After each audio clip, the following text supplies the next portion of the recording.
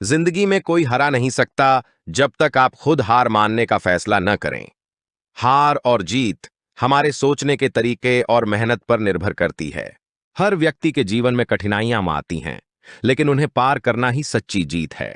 हार अक्सर हमें सबक सिखाने और हमें और भी मजबूत बनाने के लिए होती है।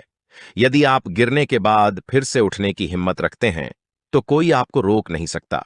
जीवन में सफलता पाने के लिए आत्मविश्वास, धैर्य और निरंतर प्रयास की आवश्यकता होती है। महान लोगों की कहानियां इस बात का प्रमाण हैं कि असफलताएं केवल सीढ़ियां हैं जो हमें मंजिल तक ले जाती हैं। हर बार की गई कोशिश हमें अनुभव और आत्मबल प्रदान करती है। यदि आप अपनी हार को स्वीकार कर उससे सीखने का प्रयास करेंगे, तो हर हार आपको विजयी बनाएगी। इसलिए खुद पर विश्वास रखें, अपनी क्षमताओं को पहचानें और कभी हार न मानें। याद रखें, दुनिया में कोई भी तब तक आपको हरा नहीं सकता जब तक आप खुद हार न मान लें। जिंदगी एक युद्ध है और लड़ाई तब तक जारी रहती है जब तक आप जीत हासिल नहीं कर लेते। काम करने से कभी मत भागो। जिंदगी में कोई भी तुमको हरा नहीं सकता। ऐसा गौतम बुद्ध ने क्यों कहा था? गौतम बुद्ध के इस विचार के पीछे 5 रहस्यमय कहानियां हैं। तो आज के इस वीडियो में हम इन्हीं 5 रहस्यमय कहानियों को देखेंगे और समझेंगे कि गौतम बुद्ध ने कामयाब होने के लिए लोगों को बहुत ही अनमोल विचार सदियों पहले ही दे दिए थे। तो बिना देर किए आज के उन 5 रहस्यमय कहानियों की शुरुआत करते हैं। पहली कहानी, जीवन में सब्र का महत्व। यह कहानी बहुत ही पुरानी है। उस समय महात्मा गौतम बुद्ध पूरे भारतवर्ष में घूम घूम कर बौद्ध धर्म की शिक्षाओं का प्रसार कर रहे थे। धर्म प्रचार के सिलसिले में वे अपने कुछ अनुयायियों के साथ एक गांव में घूम रहे थे। काफी देर तक भ्रमण करते रहने से उन्हें बहुत प्यास लग गई थी। प्यास बढ़ती देख उन्होंने एक शिष्य को पास के गांव से पानी लाने के लिए कहा। शिष्य जब गांव में पहुंचा तो उसने देखा कि वहां एक छोटी सी नदी बह रही है, जिसमें काफी लोग अपने वस्त्र साफ कर रहे थे और कई लोग अपने भैंस गायों को नहला रहे थे। इस कारण नदी का पानी काफी गंदा हो गया था। शिष्य को नदी के पानी का यह हाल देख लगा कि गुरुजी के लिए यह गंदा पानी ले जाना उचित नहीं होगा। इस तरह वह बिना पानी के ही वापस आ गया। लेकिन इधर गुरुजी का तो प्यास से गला सूखा जा रहा था, इसलिए पुनः उन्होंने पानी लाने के लिए दूसरे शिष्य को भेजा। इस बार वह शिष्य उनके लिए मटके में पानी भरकर लाया। यह देख महात्मा बुद्ध थोड़ा आश्चर्यचकित हुए। उन्होंने शिष्य से पूछा, गांव में बहने वाली नदी का पानी तो गंदा था, फिर यह पानी कहां से लाए?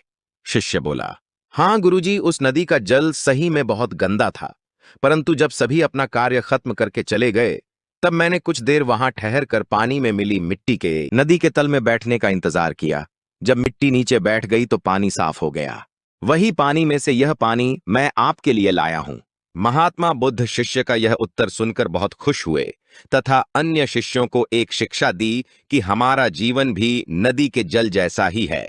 जीवन में अच्छे कर्म करते रहने से यह हमेशा शुद्ध बना रहता है, परंतु अनेकों बार जीवन में ऐसे भी क्षण आते हैं जब हमारा जीवन दुख और समस्याओं से घिर जाता है।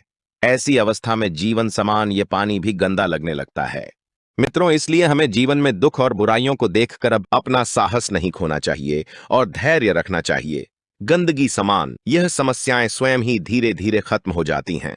दूसरी कहानी, अपने दुखों का कारण आप ही है। एक समय की बात है, भगवान बुद्ध एक नगर में घूम रहे थे।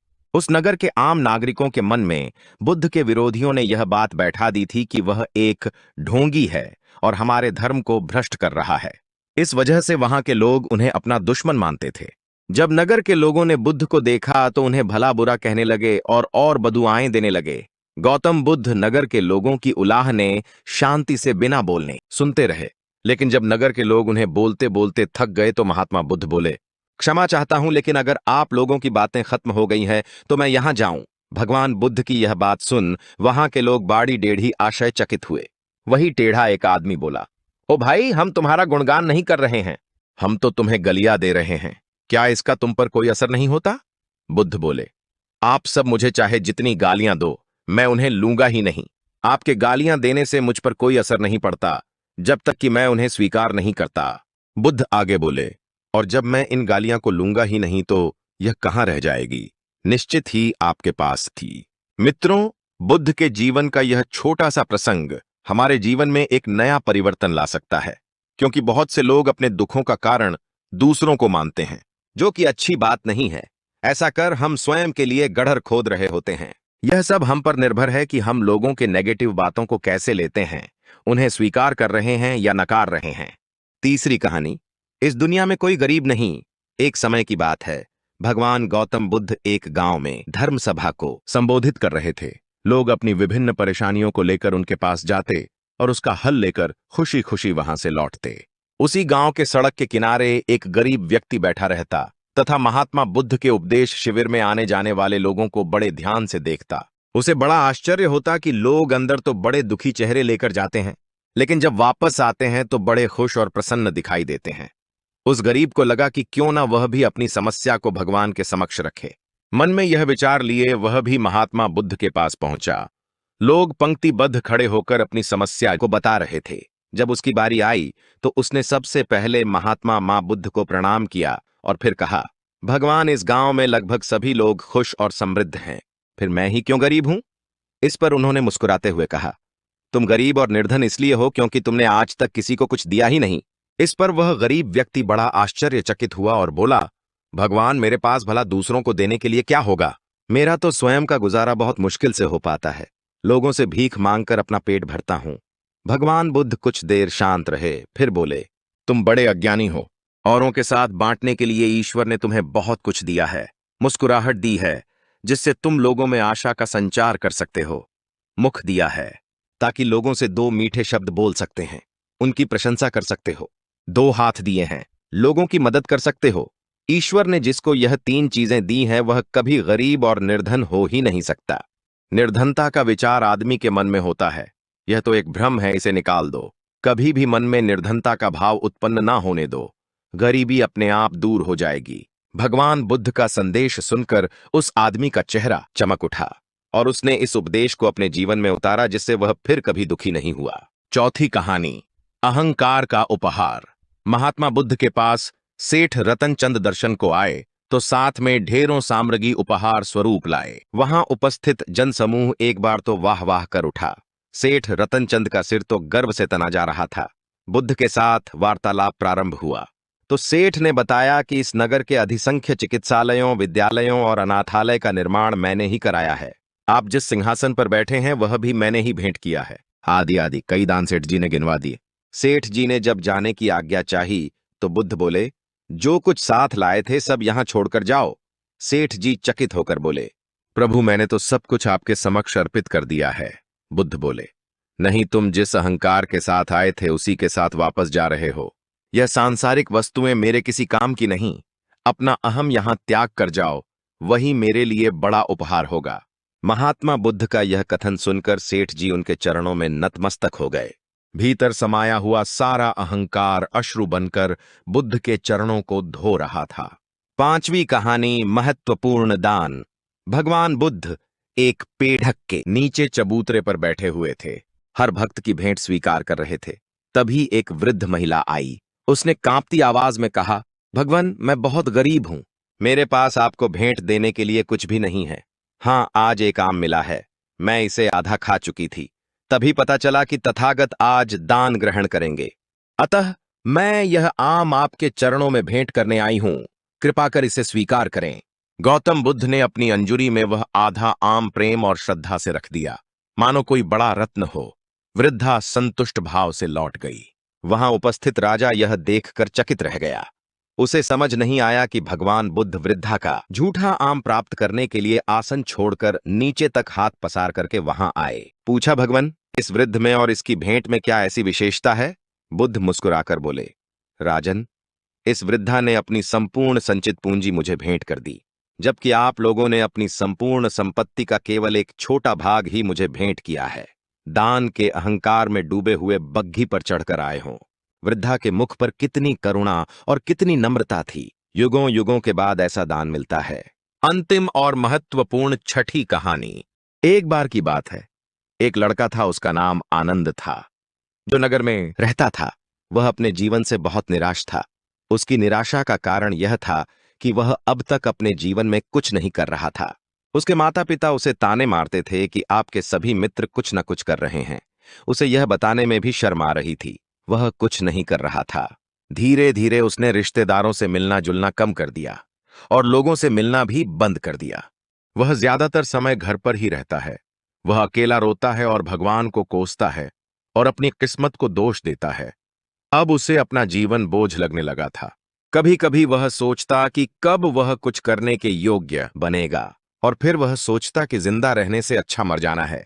एक दिन वह अपने नगर की एक गली से गुजर रहा था। तभी उसने देखा कि एक उपदेशक दुखक और परेशानियों पर उपदेश दे रहा है।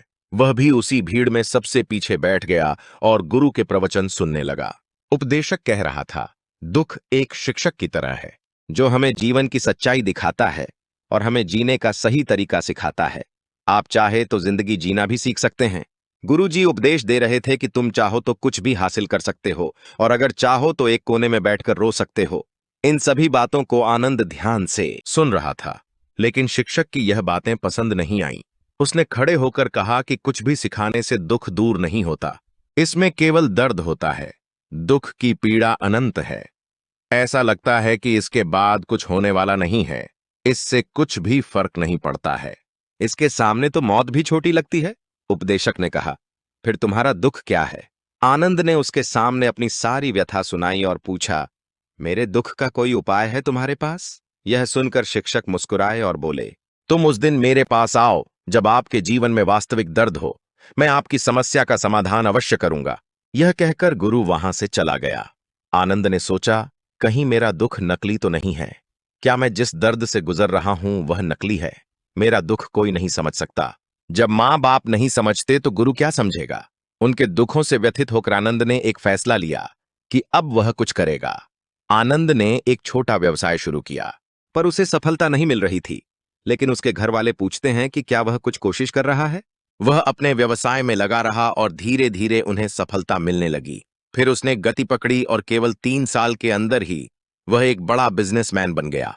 अब आनंद के आसपास ऐसे कई लोग थे जो उसकी परवाह करते थे, जो उससे प्यार करते थे। अब उनके परिवार के सदस्य भी उसकी तारीफ करते नहीं नहीं थक रहे थे। दिन ब दिन उसके मित्रों की संख्या बढ़ती जा रही थी। अब वह अपनी जिंदगी से बहुत खुश था। उनके कुछ दोस्तों ने उन्हें सलाह दी कि जब आप एक बड़ा बिजनेसमैन बनकर बहुत खुश है तो सोचिए आपको कितनी खुशी होगी। अगर आप इस शहर और इस राज्य के सबसे बड़े बिजनेसमैन बन जाते हैं, कितने लोग आपसे जुड़ना चाहेंगे? आपकी कितनी बड़ी ख्याति होगी और स्वयं राजा भी आपसे दोस्ती करना चाहेंगे और जरूरत पड़ने पर ही आपसे पैसे उधार लेंगे। दोस्तों की यह बात आनंद के मन में घर कर गई और अब वह और पैसे कमाने की कोशिश करने लगा, लेकिन उसे यह सब बहुत ही जल्दी चाहिए था। वह समय बर्बाद नहीं करना चाहता था। उनका अधिकांश समय इन चीजों को प्राप्त करने में जाने लगा, इसलिए वह ऐसे काम करने लगा जो सही नहीं था। उसने बड़ा उधार लेना शुरू कर दिया। उसके दोस्तों से पैसे की मात्रा और अधिक मुनाफा कमाने के लालच में वह अपने माल में मिलावट करने लगा। उसने अन्य व्यापारियों के खिलाफ भी साजिश रची और उन्हें डराया धमकाया। जैसा उसके दोस्त कहते थे वैसा ही करता था। वह इन तरीकों से ज्यादा पैसा कमा रहा था, पर अब उसके जीवन में पहले जैसा चैन न था। उनके मन की शांति गायब हो गई थी और वह रात को सो नहीं पाता था। वह हंगामे में रहता था। वह सब कुछ पाकर भी उन्हें किसी चीज में सुख नहीं मिल रहा था। एक दिन आनंद अपनी गाड़ी में कहीं जा रहा था। तभी रास्ते में उन्हें उपदेशक का आश्रम दिखाई दिया। वह रुका और गुरु के पास जाकर बोला, संत, आपने मुझे मेरे पास आने के लिए कहा था। जब मेरे जीवन में सच्चा दुख आता है, अब मैं बहुत दुखी हूं कि मेरी नींद हराम हो गई है। मुझे कहीं भी शांति नहीं मिल रही है। इस प्रकार आनंद ने अपनी सारी समस्याएं गुरु को बता दी। गुरु ने कहा, जब तुम पहली बार मुझसे मिलने आए थे तब भी तुम किसी दुख में थे। आपने उस दर्द से क्या सीखा? आनंद ने कहा कि सिर्फ सोचने और चिंता करने से कुछ नहीं होता। आपकी दृष्टि को सच करने के लिए यह कार्रवाई करता है और सिर्फ काम करने से कुछ नहीं होता। परिणाम भी मिलना चाहिए। जब आपको लगता है कि आपका लक्ष्य हासिल नहीं होने वाला, तब चाहे कितनी भी मुश्किलें आ जाए, मन कितना भी निराश क्यों ना हो, कितना भी लगता हो कि अब कुछ नहीं होने वाला है, तभी विश्वास करें, मैं जो भी कर रहा हूं उसमें अवश्य सफल होऊंगा। खुद पर ध्यान दो, लोगों पर नहीं। लोग केवल सफल लोगों का सम्मान करते हैं। कोई कितना भी अच्छा क्यों ना हो, वह हमेशा लोगों की नजरों में बोझ बने रहते हैं। यह सब सुनकर उपदेशक मुस्कुराया और बोला, जब आपके पास है तो यह वास्तविक दुख नहीं है। अपने जीवन में वास्तविक दुख आए तब मेरे पास आओ, मैं उसे ठीक कर दूंगा। आनंद ने जाते समय साधु को सोने के सिक्कों से भरा घड़ा भेंट किया। घड़े को देखकर गुरु ने कहा कि यह मेरे किसी काम का नहीं है, उस पेड़ के नीचे गड्ढा खोदकर गाड़ दो। आनंद ने घड़े को पेड़ के नीचे दबा दिया, जैसा कि गुरु ने बताया, और वहां से चला गया। कुछ दिनों से कारोबार ठीक चल रहा था, लेकिन व्यापार के गलत तरीके के कारण धीरे धीरे उस व्यापार में घाटा होने लगा। उसकी सारी दौलत धीरे धीरे खत्म होने लगी, और एक दिन ऐसा भी आया जब उसके पास कुछ भी नहीं बचा और उस पर कर्ज का बोझ चढ़ गया था। परंतु वह निश्चिंत था, क्योंकि उसने अपना सारा कर्ज अपने दोस्तों से लिया था। उसने सोचा कि उसके दोस्त बुरे वक्त में उनके साथ खड़े रहेंगे, लेकिन ऐसा कुछ नहीं हुआ। जैसे ही बुरा वक्त आया, दोस्त पहले उससे कर्ज मांगने लगे। अगर उसने कर्ज नहीं लौटाया, उन्होंने उसे जान से मारने की धमकी भी दी। उनके सभी शुभचिंतक और प्रियजन उससे दूर हो गए। उसके दोस्त जो उसके साथ मस्ती किया करते थे, अब उससे दूर भाग रहे थे। उसका परिवार उसकी गलतियां और कमियां गिनने लगा। उनकी सारी संपत्ति नीलाम कर दी गई और उसके पास कुछ भी ना बचा।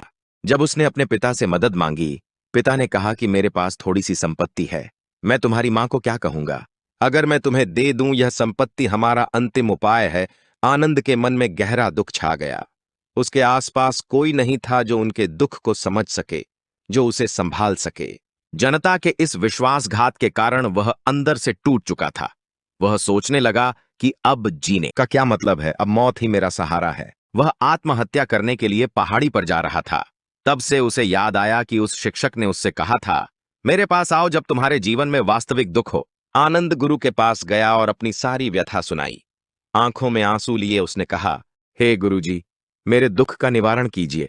गुरु ने कहा, जब जीवन में असली दुख होता है तब मेरे पास आ जाना, मैं इसे जरूर ठीक करूंगा। आनंद ने कहा कि यह क्या हो रहा है? मेरी जिंदगी में अभी दुख नहीं है, तो आखिर असली दुख क्या है? गुरुजी ने आनंद कहा कि पहले आप मुझे बताओ, आपने अपने दुख से क्या सीखा? आनंद ने कहा कि मैंने वह सीखा, जो लोग हमारे जीवन में आते हैं वह हमारी सफलता और प्रगति के कारण वो हमें धोखा जरूर देंगे, क्योंकि बुरे समय में वे हमारे साथ नहीं खड़े होंगे। वे अच्छे समय में ही हमारा फायदा उठाएंगे और बुरे समय में हमें छोड़ देंगे। उन लोगों पर ही भरोसा करें जो हमारे बुरे समय में हमारे साथ खड़े रहते हैं, लेकिन ऐसे लोग बहुत कम होते हैं। लेकिन जिनके पास है, उन्हें उनकी सराहना करनी चाहिए, उनका अपमान नहीं करना चाहिए। कभी भी किसी के खिलाफ साजिश नहीं रखना चाहिए। अपना काम ईमानदारी और धैर्य से करें और कभी लालची मत बनो। अपने सारे दुख, दर्द और अनुभव बयां करने के बाद आनंद गुरुजी के सामने आंखों में आंसू लिए बैठ गया। कुछ देर बाद साधु उठे और पेड़ के नीचे गड्ढा खोदा और घड़ा निकाल लिया, जो सोने के सिक्कों से भरा हुआ था। उसने आनंद को देकर कहा, मेरे पास आओ जब तुम्हारे जीवन में वास्तविक दुख हो। आनंद ने अपने शिक्षक को धन्यवाद दिया और उसे प्रणाम करके चला गया। उस पैसे से उन्होंने एक छोटा सा व्यवसाय शुरू किया। अब वह छोटा व्यापारी बनकर भी खुश है। उन्होंने पूरी लगन और ईमानदारी से कारोबार किया। जल्द ही वह अपने शहर का एक बड़ा व्यापारी बन गया। उनका जीवन सुख सुविधाओं से भरा हुआ था। लेकिन कोई कितना भी अच्छा क्यों ना हो, लेकिन जीवन में दुख आता है, तो आनंद के जीवन में भी दुख आते थे। अपने माता पिता की मृत्यु के रूप में वे दोनों एक ही दिन मर गए। आनंद अपने माता पिता से बहुत प्यार करता था, इसलिए उनके निधन से उन्हें गहरा सदमा लगा। वह शवों को ले गया, दोनों को स्मशान घाट ले गया, जहां अंतिम संस्कार किया गया। वहां उसने अपने माता पिता का शव जलता हुआ देखा तो उनका मन बेचैन हो उठा। उसके मन में कई सवाल उठने लगे। वह घर वापस आ गया। उसने अपने माता पिता के घर और संपत्ति को देखा, जिसके लिए उनके पिता हमेशा लड़ते रहे। आज जो छूटा पड़ा है, जिन्होंने इसकी देखभाल की, इसके लिए लड़ने वाले इस दुनिया से चले गए हैं। उसके पिता ने जो कुछ कमाया वह सब यहीं रह गया। एक दिन पहले तक उसके पिता मारपीट करते थे किसी के साथ उसकी संपत्ति के लिए। आज वह खुद इस दुनिया से चले गए। उसका मन ऐसे अनेक विचारों के बवंडर में था। वह अंदर से अकेला और डरा हुआ महसूस कर रहा था। वह खाली महसूस कर रहा था। उसे लगा कि कुछ है, वह समझ नहीं सका। इसीलिए वह गुरु के पास गया। उसे देखकर गुरुजी ने कहा, क्या जीवन में कोई दुख है? आनंद ने कहा, वैसे तो जीवन में कोई दुख नहीं है, सब कुछ अच्छा चल रहा है, लेकिन आज मेरे माता पिता का देहांत हो गया है। मैं इस घटना से बेहद दुखी और परेशान हूं। गुरुजी ने कहा, इसमें दुखी होने की क्या बात है? एक दिन सबके अपनों को मरना है। कोई ना कभी जिया है और ना कभी रहेगा। एक दिन तुझे भी मरना है। शायद तुम कल ही मर जाओगे या आप आज भी मर सकते हो। आनंद ने कहा, क्या कह रहे हो गुरुजी? मैं भी मर जाऊंगा, लेकिन मैं अभी जवान हूं। गुरु ने कहा कि सब जी रहे हैं इस भ्रम में कि मृत्यु केवल दूसरों को आती है, बड़ों के पास ही आती है, लेकिन जवान और बूढ़े मर जाते हैं, बच्चे मर जाते हैं। मौत का उम्र से कोई लेना देना नहीं है, यह सभी को प्रभावित करता है। गुरुजी की यह बातें आनंद के मन में घर कर गईं और वह चुपचाप चला गया। लेकिन उसका मन अभी भी बेचैन था। वह खाली महसूस कर रहा था। वह सारा दिन अपने बारे में ही सोचता रहा कि वह कौन है, वह इस दुनिया में क्यों आया है, क्या जीवन का लक्ष्य केवल चीजों को खाना और मरना है।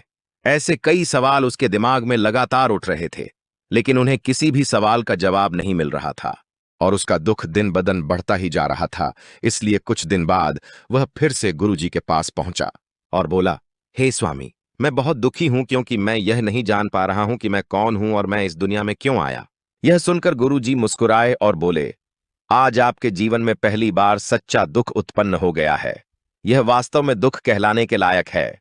हम नहीं जानते कि हम कौन हैं, हम क्यों आए हैं, क्या करें, कैसे करना है। आनंद ने अपने गुरु से कहा कि उसकी दुर्दशा दूर करो। गुरु ने कहा कि हम सभी इंसान हैं, जीवन भर संग्रह करते रहते हैं। आनंद ने कहा कि सभी इंसान जीवन भर धन, सम्मान, परिवार, प्रतिष्ठा, मित्र, शत्रु आदि जमा करते हैं। गुरु ने पूछा, क्या हम एकत्रित की गई चीजों में से कुछ भी अपने साथ ले जा सकते हैं? आनंद ने कहा, कोई भी इंसान अपने साथ कुछ भी नहीं ले जा सकता, वह सिर्फ अकेला ही जाता है। मेरे माता पिता भी अपने साथ कुछ भी नहीं लेकर गए। सब कुछ धन संपत्ति, वैभव, सब कुछ यहां पर छोड़कर गए। गुरुजी ने कहा, अब मेरी बात ध्यान से सुनो। इस संसार में हमें जो संग्रह करना चाहिए वह हम नहीं करते। चीजें हमारे सामने होती हैं लेकिन हम उन्हें देखने की कोशिश नहीं करते। हमें इस दुनिया में जो कुछ भी इकट्ठा करते हैं वह हम खुद हैं। हमें खुद को जुटाना होगा ताकि जब हम मरे तो हम एकजुट हो सके और खुद को पहचानने में सक्षम होने के लिए हम अंदर बटे हुए हैं। हम प्यार, नफरत, गुस्सा, ईर्ष्या में बंटे हुए हैं। क्रूरता, धन, स्थिति, प्रतिष्ठा, सम्मान, पहचान, धर्म, जाति, सैकड़ों हजारों ऐसी चीजों और इच्छाओं में हम विभाजित हैं और टुकड़ों में जीवन जी रहे हैं। इस विभाजन के कारण हमारी चेतना कभी एक नहीं हो सकती। हमारी चेतना शक्ति बिखरी हुई है, इसीलिए हमारे पास इतना समय नहीं है, इतनी ऊर्जा नहीं कि हम मुड़ सकते हैं और अपने भीतर देख सकते हैं। वास्तव में धन, सम्मान और सुविधाओं का अभाव, लोग इसे दुखा समझते हैं और जीवन भर के लिए जो दुख कहकर रोते रहते हैं और समाधान खोजने का प्रयास करते रहते हैं, उन्हें अपना समाधान कभी नहीं मिलेगा, क्योंकि जिसे लोग दुख कहते हैं वह वास्तविक दुख नहीं है। यह सिर्फ एक आदमी की इच्छा है, उसकी इच्छा कभी पूरी नहीं होती। इसीलिए व्यक्ति को कभी उनके प्रश्नों का समाधान नहीं मिलता। इसलिए इन सब से परे यदि आप अपने दुखों का अंतिम समाधान चाहते हैं तो सबसे पहले खुद को समेट इस दुनिया से अपनी ऊर्जा वापस ले लो और इकट्ठा करो। अपने आप पर ध्यान केंद्रित करो, स्वयं पर ध्यान दो। अपने मृत्यु से पहले अपने आप को जानने की कोशिश करो, बिखर मत। आनंद ने कहा, तो गुरुजी, क्या हम इस संसार को छोड़ दें? हमारी सभी इच्छाओं को मार देना चाहिए। किसी से प्रेम नहीं करना चाहिए, धन संग्रह नहीं करना चाहिए, सम्मान की आशा छोड़ देनी चाहिए। गुरुजी ने कहा कि भावनाओं और इच्छाओं ऐसे बिखरे हुए मनुष्य में से निकल आओ जैसे कोई पत्थर पहाड़ से गिरे, जिस पर पर्वत का कोई वश नहीं है सिवाय देखने के परेशान होना और कुछ खोना। वैसे ही बिखरे हुए मनुष्य की इच्छाएं बेकाबू और दर्दनाक हैं। उसका अनियंत्रित मन इच्छा करता रहता है। तो दोस्तों, कहानी अच्छी लगी हो तो वीडियो को लाइक करके चैनल को सब्सक्राइब करना न भूले और कमेंट बॉक्स में नमो बुद्धा अवश्य लिखे। तो मिलते हैं ऐसी ही ज्ञानवर्धक कहानियों में। तब तक के लिए अपना और अपने परिवार वालों का ख्याल रखें। धन्यवाद।